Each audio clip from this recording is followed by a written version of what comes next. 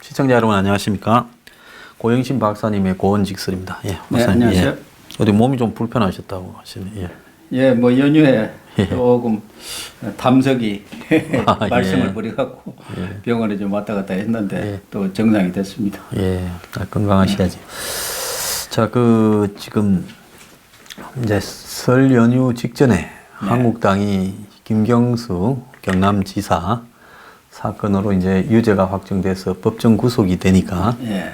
이제 청와대 앞으로 가서 이제 대통령이 이제 조사받아야 된다 했는데 뭐 대선 불복이란 말을 자기들 입으로 꺼낸 용기가 있는 사람도 없었습니다. 그냥 조사받아야 된다 한 정도, 사과해야 된다 한 정도였는데 느닷없이 이제 이해찬 대표가 이 탄핵 세력이 촛불 대통령에게 감히 불복이라는 말을 쓰고 망동을 하면 용납치 않겠다. 손혜원 사태 때는 안 보였거든요, 그분이. 근데 이제 이 건에는 탁 나와서 한마디를 하셨습니다. 이 사건이 사실은 뭐 심상치 않은 사건이거든요. 예. 단순히 뭐 김경수 지사의 예. 어떤 그 드루킹과의 예. 댓글 공모 사건이라기보다는 우리 뭐 많은 국민들도 마찬가지일 거예요. 예. 그러면은 김경수 그 사람이 혼자 이런 일을 벌였겠느냐. 그동안 김경수 하면은 뭐 다 아다시피 문재인 대통령의 복심 접근 예. 아주 수행 비서를 했지 않습니까? 예. 예. 수행팀장이죠. 예. 그렇기 때문에 그런 경선 대선 과정에서 중요한 일이 있을 때 당연히 문재인 대통령으로 상의를 했으리라고 생각이 되는 거고 예. 더군다나 이제 경공물을 문재인 대통령이 어려우니까 경인선으로 바꾸라. 네.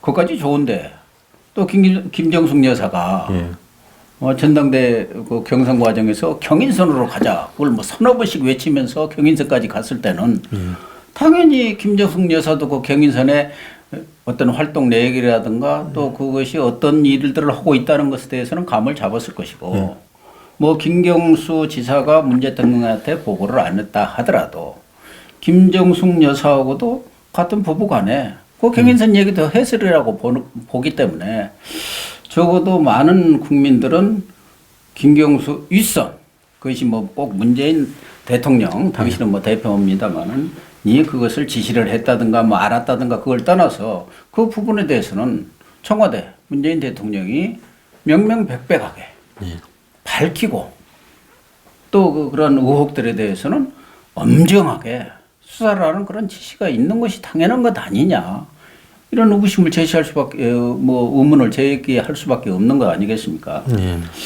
문제는 뭐 우리 황 수장도 말씀하셨습니다만은 한국당이 문제예요. 이게 얼마나 큰 사건입니까? 이건 단순한 범죄 행위가 아니라 비리나 범죄 행위가 아닙니다. 이것은 민주주의 어떻게 보면 근간에 대한 아주 뒤 흔드는 거예요. 과거 그 추미애 대표 있었죠. 아주 상당히 뭐 폼 재고 뭐 좀 그런 분이었죠. 그분이 박근혜 대통령에 대해서 이제 국정원 기무사 경찰을 동원한 그런 댓글 사건이 났을 때 뭐라고 했습니까? 댓글 조작, 뉴스 조작한 가짜 정권이다. 예, 그렇게 이야기를 하고 민주주의를 강탈해 간 것이다. 2013년 내내 막 그게 뭐 대선 무효다 하는 이야기까지도 나오고 있죠. 민주주의를 강탈해 간 사건이라고 그렇게 규정을 했어요. 누가 했습니까? 그 자기 당 대표로 하신 분이 그렇게 주장을 안 했습니까? 뭐 말씀드렸습니다만은 문제는 한국당이 문제예요. 이런 사건에 대해서는 정말 한국당이 아주 세게 나와도 사실은 양이 안 차는 겁니다. 정말 한국당으로서는 뭐 그냥 정치적인 그런 시각에서 본다면은 노막 찬스, 절호 기회를 잡은 것이죠. 문재인 대통령에 대해서도 얼마든지 검찰 수사도 요구할 수 있는 것이고 몸통이다라고 말을 네, 하고 할 수도 있고 할 수도 있는 거죠. 할 수 있는 것이에요. 예. 왜 그러냐면은 박근혜 대통령도 전 대통령도 탄핵이 이루어지기 전에 예. 그 태블릿 PC 사건이 나고 뭐 이렇게 해서 온 나라가 이렇게 뒤집어졌을 때 본인 스스로도 검찰 조사에 성실히 임하겠다 했고 그 후에 검찰도 박근혜 대통령에 대한 조사를 시작을 했거든요. 예. 물론 현직 대통령이 어떤 문제와 연결됐을 때는 민사상, 형사상 소추를 재직 시에는 안 받는 건 사실이지만 그렇다고 해서 수사나 조사도 못 한다는 법은 없어요. 네, 그건 아니죠, 그죠? 예. 그리고 이런 문제가 이렇게 제기가 됐다면은 한국당으로서도 대통령의 명백한 어떤 해명과 설명과 그리고 그에 대한 조치를 요구를 해야 하는데 그 사건이 나고 김경수 사건이 이렇게 하면서 청와대 앞에 몰려는 갔습니다. 간 것까지는 좋아요. 가고 한다는 얘기가 겨우 뭐 사과하라. 뭐 그런 정도 아니고 제가 그러려면은 저것이 야당인가? 자, 이 정도면 아무리 높은 소리를 정치적으로 해도 그만인 거고 또 그런 소리에 대해서 청와대는 또 정치적 절충으로 이런 선에서 하자라고 이야기를 하고 그래야 되는데 높은 소리를 해야 될 사람은 아주 가서 뭐 단단히 모처럼 몰려왔네 뭘 하겠네 했는데 가서 그냥 쓱 그냥 말도 제대로 못하고 있고 그러기에 대해서 오히려 이제 민주당에서 대표라는 사람이 나서 갖고 그러니까 제가 지금 말씀드린 경고망동을 용납하지 않겠다 무슨 뭐 도를 넘었다 탄핵 세력이 몰려와 가지고 그 탄핵 세력하고 이 이야기는 별개인 거예요. 탄핵 세력으로서 한국당이 비난받아야 될 거는 비난받을 부분이 있으면 얼마든지 비난받지만은 탄핵이 아니라 무슨 촛불이 아니라 뭘로 했더라도 또 그 다음에 새로 하는 선거에서 의혹이 발생했으면 이거는 또 그거하고는 별도로 해명하고 또 이쪽은 공격을 하고 그것이 정치인데 공격해야 될 사람은 말도 제대로 못하고 해명하거나 이렇게 양해를 구해야 될 사람은 큰 소리를 치면서 그렇다니까요. 이 적반하장도 지금 이런 적반하장이 제 살다가 이런 꼴도 처음 봅니다. 뭐 민주당이나 청와대 측은 경우가 다르다고 하지만 경우가 예. 사실은 박근혜 전 대통령 때 댓글은 한 40여만 개인가요? 예, 40만 개 그런 정도뿐이 안 되고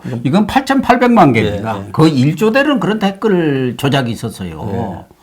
이런 사건은 뭐 한국당이 주장한 게 아니라 자기들이 그쪽에서 아까 얘기한 대로 추미애 대표가 이건 민주주의에 대한 강탈이거죠. 민주주의라는 거예요. 여론이 정상적으로 형성이 돼서 그에 따라서 어떤 국가적인 정책이든 또 선거든 대통령이든 이렇게 결정이 되는 것이 그게 기본적이고 원칙적인 그런 민주주의 과정 아닙니까? 이것을 송두리째 뒤집어버리고 여론을 조작하는 그런 사건 아닙니까? 그렇다고 한다면은 한국당에서 정말 이런 문제에 대해서는 꼭 정파를 떠나서도 민주주의를 지킨다는 그 원칙을 지킨다는 그런 차원에서도 아주 제대로 싸워야죠. 그런데 뭐 우리 속된 말로 고기도 먹어본 사람이 먹는 것이고 싸움도 싸워본 사람이 싸우는 것인데 이 나경원 원내대표 취임 이후 여러 가지 무슨 원내외 투쟁이 있었습니다만은 전부 코미디로 끝났어요. 무슨 5시간 단식을 뭐 농성을 한다 또 뭐 목포에 우르르 몰려가 가지고 그 한다는 소리가 뭐 피부가 고왔다는 등 뭐 이런 얘기만 들려 나와 가지고 정말 이게 투쟁을 하는 건지 모르겠어요. 제가 볼 때는 한국당 사람들 자체가 워낙 뭐 웰빙족들이었고 또 뭐 정부라든가 여러 곳에서 좋은 자리에 있었던 분들이어 갖고 뭐가 쫄리는 게 쫄리는 거 뭐 쫄리다 가지 않습니까? 그런 것들이 많아 가지고 그냥 목소리를 못 내는 거 아닌가 하는 생각도 듭니다만은 어쨌든 그러다 보니까 싸움에 아주 달인들은 다 저 민주당이 있지 않습니까? 그렇습니다. 더불어민주당 그 사람들은 운동권 시절부터 싸움이라고 하면 누구한테 지지 않은 사람들이시죠. 뭐 정수도 잘 쓰지만 또 꼼수도 잘 써갖고 나무 뒤통수 치는데도 아주 일가견이 있는 분들 아닙니까? 그러니까 한국당을 우습게 본 거예요. 많이 우습게 보는 것 같아요. 우습게 보니까 이런 일이 일어났으면 적어도 뭐 청와대는 그렇다 하더라고 당사자니까. 더불어민주당의 당대표나 뭐 이런 분들이 나와가지고 국민들한테 사과도 하고 이런 부분에 대한 의혹이 이렇게 제기가 된 부분이 있다 한다면은 저희들이 철저히 밝히겠다. 특검도 좋습니다. 국정조사도 합시다. 뭐 이리 하는가 아닙니까? 그런데 적반하장이 말씀하신 대로 감히 이렇게 얘기하면서 어디 적폐 세력이 촛불 혁명으로 당선된 대통령한테 대드냐 이렇게 지금 적반하장격으로 치고 나온 거 아닙니까? 그건 한국당을 아주 우습게 봐버린 거예요. 그렇습니다. 자, 여기서 지금 좀 웃기는 거는 지난번에 대선에 보면 작년에 이제 5월 달에 치러진 대선에요. 반기문 씨 같은 경우에는 처음에는 상당한 기대를 받고 왔는데 이제 공항에서 나와가 공항 철도 타면서부터 얻어맞기 시작해가 가는 데마다 얻어맞았잖아요. 근데 그것이 사실은 대통령을 하는 데서 10년 동안 해외에 나가 있고 그런 사람이 그렇게 본질적으로 얻어맞을 요소인가 하는 문제도 좀 있었고 또 안철수 같은 경우에는 한 이 4월 달쯤에 한때 문재인 대통령 쪽에 거의 근접해 갔는데 드루킹 그렇죠. 쪽에서 곧 뒤집힌다 그런 말까지 나왔었죠. 드루킹 쪽에서 이제 다뤘던 또 이런 각종의 댓글에 또 그런 부분에 영향을 미치는 것도 있었다. 그러지 않습니까? 그렇기 때문에 그것이 뭐 영향을 미칠 만큼 과연 효과가 있었는지 없었는지라는 것을 떠나서 민주주의에서 선거와 관련되는 부분에 기사의 댓글을 보고 많은 사람들은 기사에서 댓글 몇 개를 보면 아 댓글이 이렇게 민심이 흘러가구나 되면 마치 그것이 사실인 것처럼 생각하는 그런데도 그렇죠. 영향을 미치지 않습니까? 그러니까 반기문 안철수의 조기 낙마라는 부분에 대해서도 이 댓글이 어떤 형태로든 영향을 미쳤고 또 안희정 씨 같은 경우에는 한때 그것도 인기가 좋았지 않습니까? 경선에서요. 그런데 또 굉장히 얻어맞기 시작하면서 초반에 조금 뜨니까 위축돼 버렸거든요. 근데 이런 부분에서 어떤 형태로든 또 이재명 경기지사도 마찬가지고 영향을 미쳤다면 이것이 실제 영향이 얼마일 것은 넘어서서 민주주의라는 시스템에 이런 식으로 예를 들어서 이 오른팔이 직접 거기에 주고받으면서 했다고 유죄가 인정이 되었으면 구속이 2년 넘을 정도면 드루킹에게 보고를 받고 또 지시를 한 부분에 대해서는 인정을 어느 정도는 했으니까 그렇게 된 거 아니겠습니까? 공모로 이렇게 판결이 났지 않습니까? 그렇다면 그 이후에 지금 한국당이 이런 부분에 대해서 정치적 책임을 묻는 발언이 이거는 정당을 하는 사람으로서 한마디로 있을 수 없는 아주 소극적이고 한마디로 위축된 반응을 보였는데 그러니까 오히려 이해찬 대표가 나서서 한마디로 뭐 그러니까 감이라고 이야기까지 해요. 감이라고요. 역공을 지우고 나온 거 아닙니까? 예. 사실은 뭐 반기문 유엔 사무총장 전 총장도 그렇게 대권 출마를 이렇게 모색하다가 조기에 낙마를 했지 않습니까? 예. 그분도 말씀하신 대로 무슨 본질적인 문제, 어떤 정책이라든가 국가의 어떤 안보 문제라든가 여러 가지 그런 것에 대한 얘기를 내놓은 것도 없이 기차표를 아니 전철표를 잘못 끊었다. 또 무슨 가서 무슨 술잔이 어쩌다. 퇴주잔이 어떻다. 또 뭐 특바지가 어떻다. 이런 이야기. 그러니까 이런 것들이 사실은 아주 사소한 걸 가지고 반대쪽에서 뭐 그것이 꼭 저쪽에 문재인 대통령 측에서 했다는 것은 아니지만 누군가가 그걸 기획을 해갖고 그것을 아주 교묘하게 언론 플레이를 한 거거든요. 그게 말려든 거예요. 사실은 반기문 전 총장이야말로 외국에 가서 오래 살았고 외교관 생활을 했기 때문에 국내 사정을 잘 모를 수도 있고 또 그런 분이 정치를 한 게 아니기 때문에 그런 테크닉에 대해서는 전혀 모르는 거예요. 저는 이제 그런 것도 있고 또 하나는 그 주변 참모들이 그 외교관들이 뭐 모여가지고 뭐 정치한다 해가지고 아마추어적인 부분이 아마추어로 접근하다가 그렇게 낙마를 한 거고 또 안철수 후보 당시 후보도 뭐 거의 문재인 후보를 접근하다가 낙마를 했는데 뭐 그분도 여러 가지 미숙관점이 많이 있는 것은 사실입니다만 어쨌든 이런 일들이 물론 그쪽 상대 뭐 문재인 후보 측이든 어쨌든 그쪽에서의 어떤 교묘한 어떤 정치적인 뭐 프로파간다랄까 선전이랄까 공작이 있을 수도 있지만 그런 여론을 매개하고 확산하는 역할 이런 것을 누가 했겠습니까? 드루킹. 그런 사람들이 킹크랩을 밑에서 이제 손발로 했고 거기에 중간에서 이제 지휘하고 여론으로 확산시키는 역할을 했거든요. 그렇기 때문에 물론 뭐 그렇다고 해서 과연 대선 결과가 뒤집혔겠느냐 이런 얘기는 나올 수는 있어요. 뭐 워낙 박근혜 전 대통령의 잘못으로 해서 탄핵까지 이루어지고 또 보수 세력이 거의 괴멸된 상태에서 선거를 치렀기 때문에 뭐 문재인 당시 후보가 대통령이 될 가능성이 매우 높았던 것은 사실이고 이런 것이 아니었더라도 결과가 뒤집히기는 좀 어렵지 않겠느냐는 예상을 할 수는 있지만 가장 중요한 것은 그런 결과가 어떻게 되고 저쪽을 떠나서 민주주의의 기본 어떤 시스템, 체제 자체가 완전히 여론 조작으로 이렇게 붕괴되는 또는 결정적인 어떤 손상을 입는 그런 문제란 말이에요. 그렇기 때문에 한국당으로서는 뭐 당락의 여부에 관계없이 이 부분에 대해서 철저하게 파고들고 따지고 요구할 것은 요구해야 하는데 아까도 얘기했지만 뭐가 그렇게 쫄리는 게 많은지 큰 소리도 못 오고 무슨 수사라든가 뭘 그런 얘기도 못 오고 사과하세요. 뭐 이렇게 하고 나온 거 아닙니까? 그냥 목소리도 잘 들리지도 않더라고요. 남 부끄러운 일이라고 저는 생각을 합니다. 개인적으로는 저런 한국당의 태도가요. 자, 그래서 민주주의는 결과가 영향을 미쳤는가 안 미쳤는가 보다는 법적인 그 시스템에 위배해서 대선이라는 부분에서 여론을 조작하려고 했다라는 것은 그건 문 대통령의 측근이 거기에 연루되어서 유죄가 떨어졌으면 오른팔이 문 대통령이 거기에 대해서 보고받거나 알 수 있었을 거라는 문제까지도 조사를 하자 말은 얼마든지 할 수 있는 겁니다.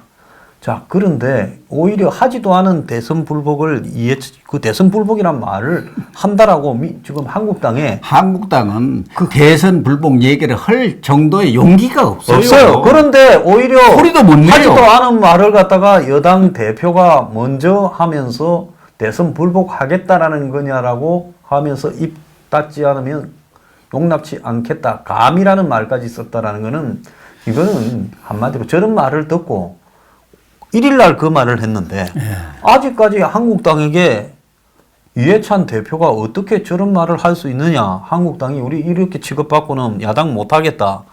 이런 말을 하는 사람도 하나 없다라는 것은 저 당이 지금 처해 있는 야당 같지 않은 야당의 실체를 아주 보여주는 거 아니겠습니까? 뭐 야당은 그렇다 하더라도 앞서도 잠깐 얘기를 했습니다만은 적어도 이 부분에 대해서는 뭐 이해찬 대표가 그런 식의 어떻게 보면 좀 오만 방자하다 할까요? 그런 얘기를 말이 해서는 너무 안 나갔죠, 되죠. 그죠? 예.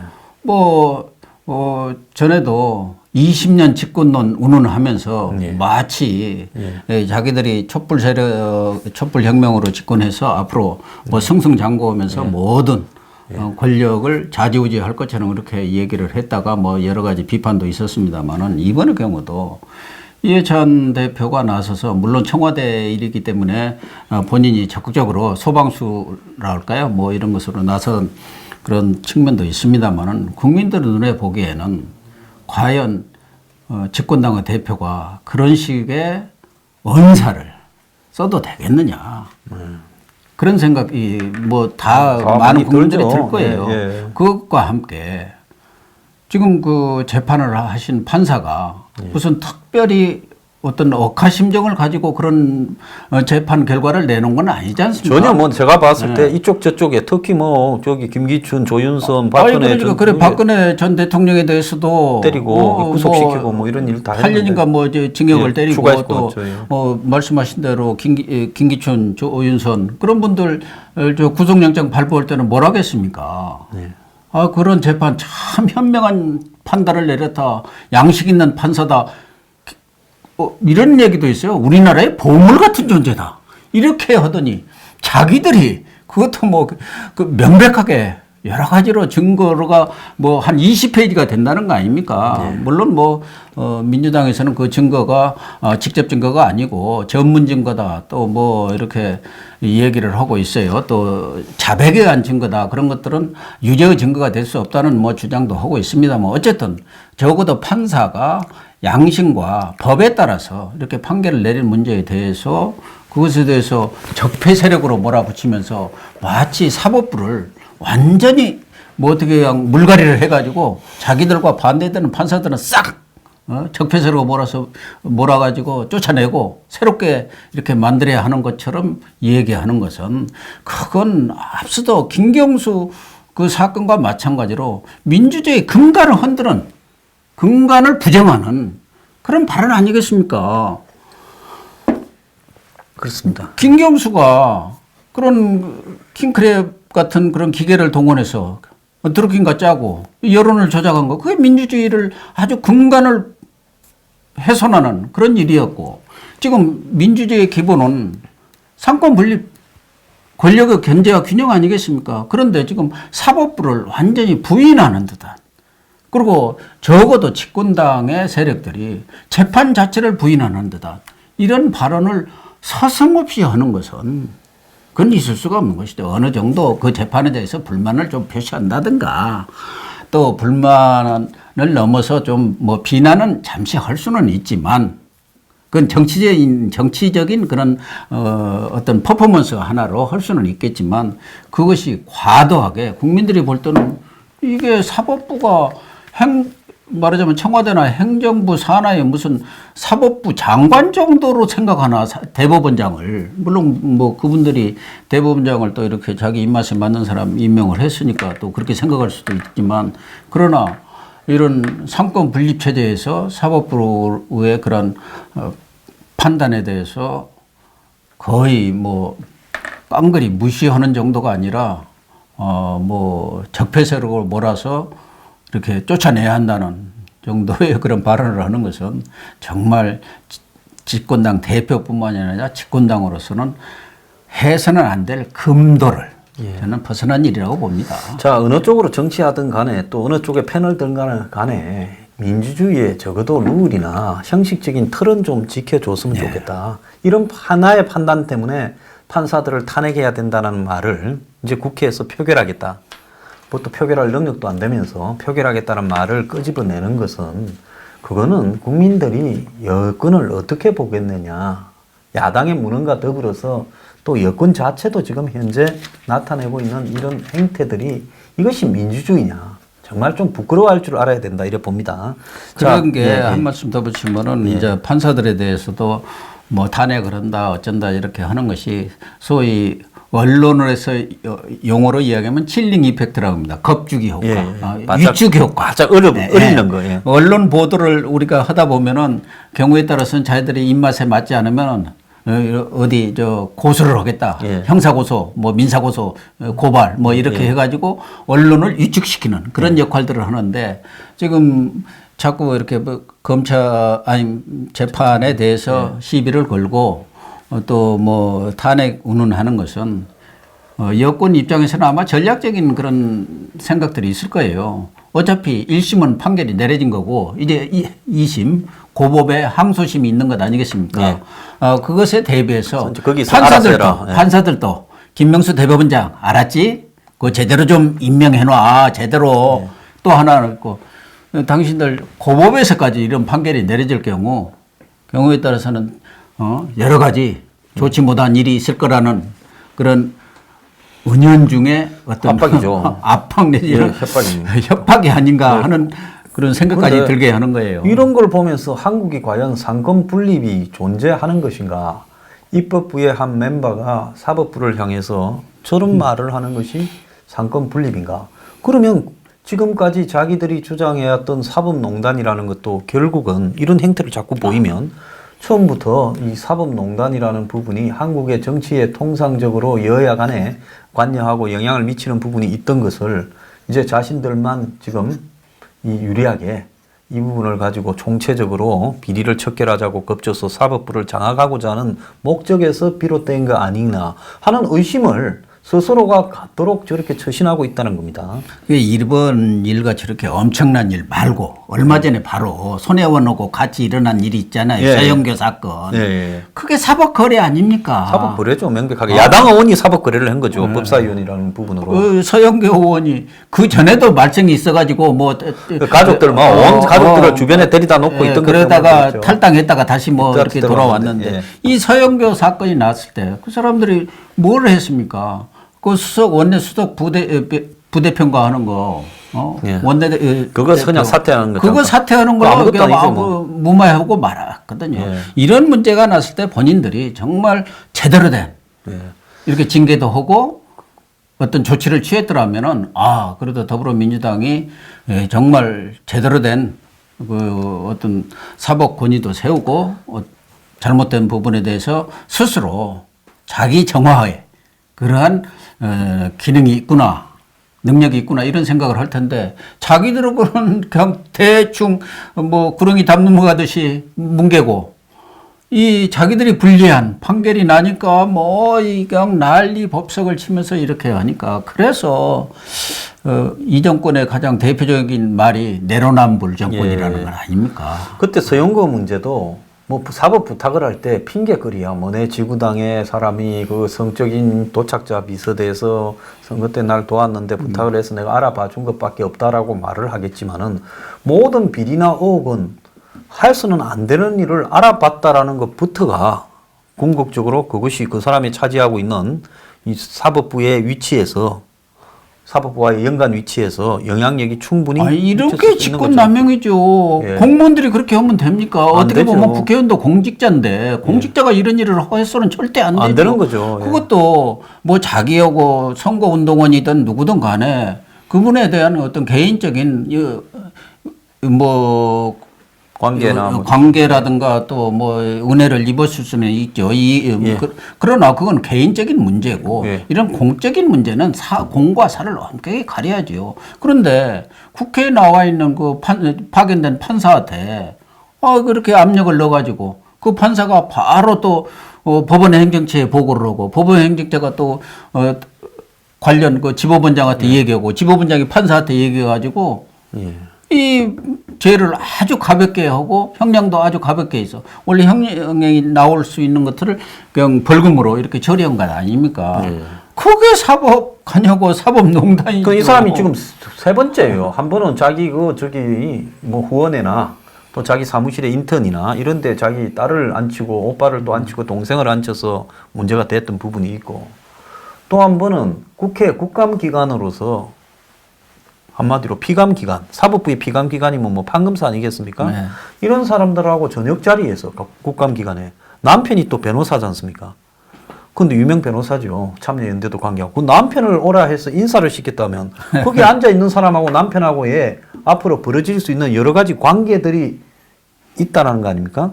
그래서 그 변호사 좀 수임 좀 잘 하라는 뜻으로 그렇게 한 거 아니겠습니까? 예, 그러니까 뭐 예. 무슨 뜻이 있겠어요? 무슨 뜻이 있겠어요? 밥을 못 먹어서 그 사람들이 오라고 했겠습니까?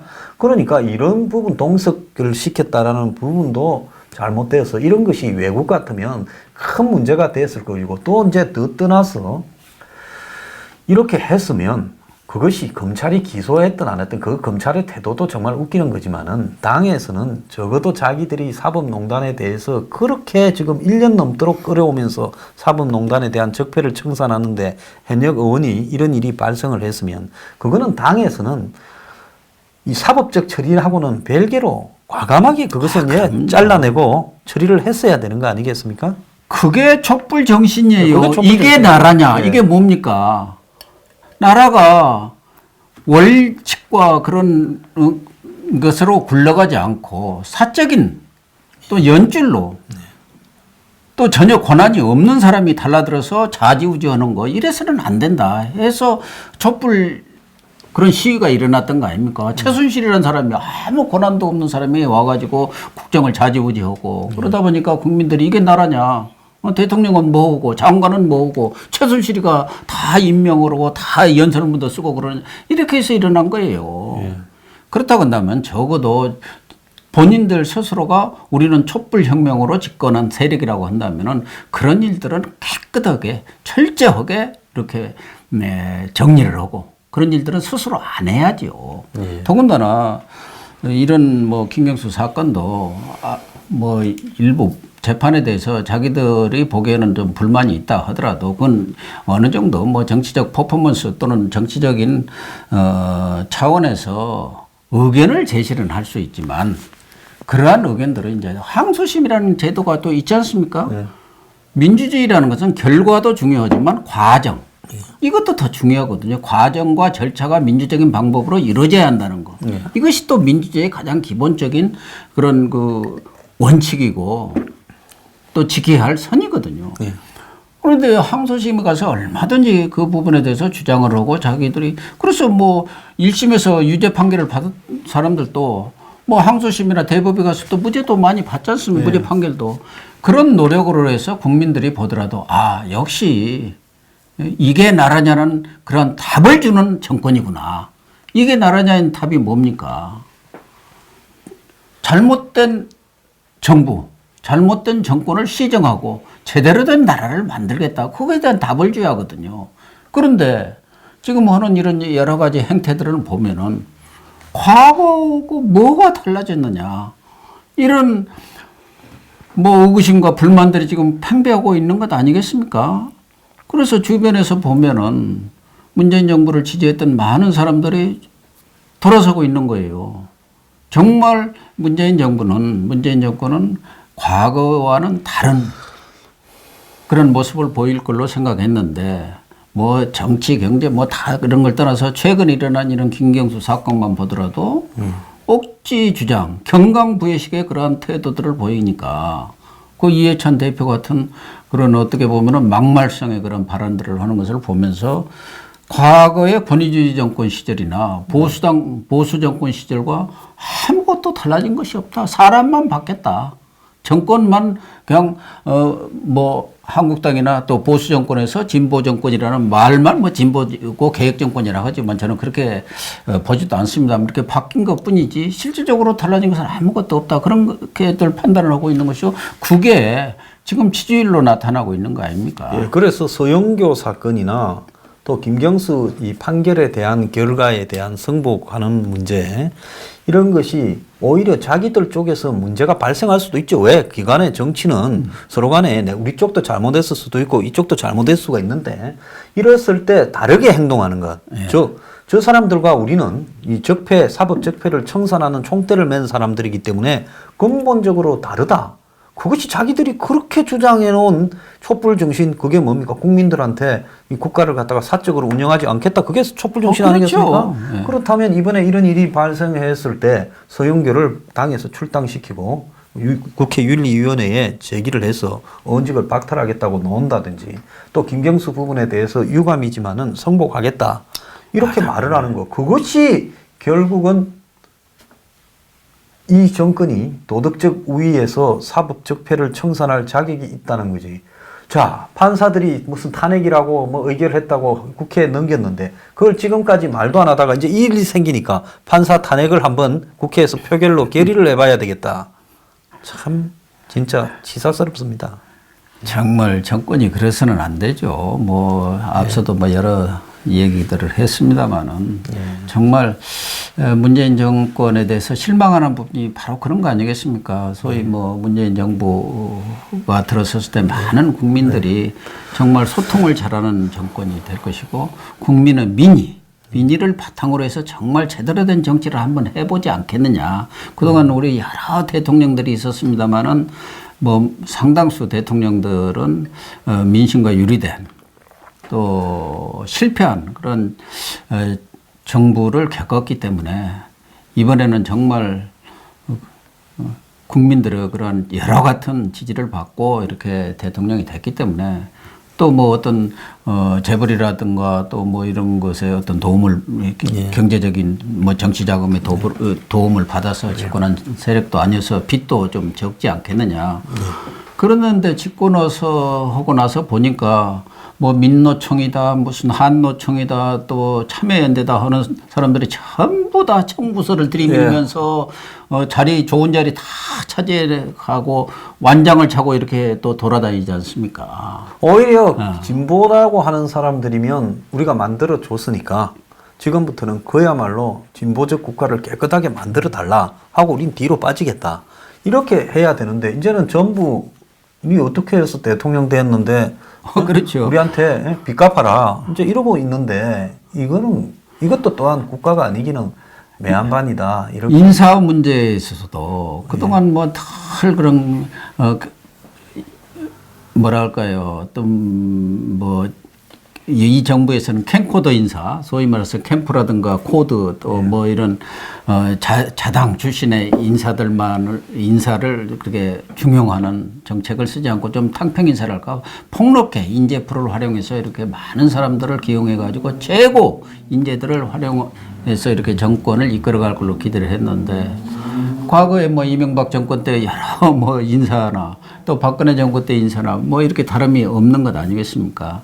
또 소통의 문제에 있어도 뭐 탈원전 문제라든가 또 여러 가지 소득주도 성장 문제 이런 것들은 뭐 일부에서는 그 정책이 옳다 그러다 뭐 하고 그 정책을 지지하는 분들도 있지만 사실은 뭐 여론조사를 통해서도 대다수 국민들이 그것이 정책이 잘못됐다 이렇게 한다면은 당연히 현 정부로서는 그러한 민의를 바탕으로 해서 정책의 획기적인 전환도 가져오고 변화를 줘야 하는데 이게 옹고집을 부리면서 이렇게 나가고 있는 것 아니겠습니까? 그것이 장기적으로 볼 때 본인들은 뭐 이렇게 효과가 나타나려면 오래 걸린다고 하지만 정권 다 끝나고 나서 효과가 나타나지 안 나타날지도 알 수도 없는 문제지만 당장에 많은 국민들이 고통을 겪고 있는 것이 사실이고 경제적으로 어려움을 당하고 있는 것이 또 사실 아닙니까? 그렇다고 한다면은 소통을 강조하는 정부, 민의를 바탕으로 한 그런 정치를 하겠다고 다짐했다 하면은 그러한 잘못된 정책에 대해서도 뭔가 좀 수용하는 그런 자세를 보여야 하는데 전혀 그런 것이 없이 고집불통의 그런 모습을 보이고 있지 않습니까? 자, 그래서 말로 남과 다르다라고 하지 말고 행동으로서 실천으로서 문재인 정권은 다른 정권이다 하길 바랍니다. 이렇게 하면요 촛불에 대한 모독이라고 생각합니다. 자, 일부 출연해 주셔서 감사합니다. 감사합니다.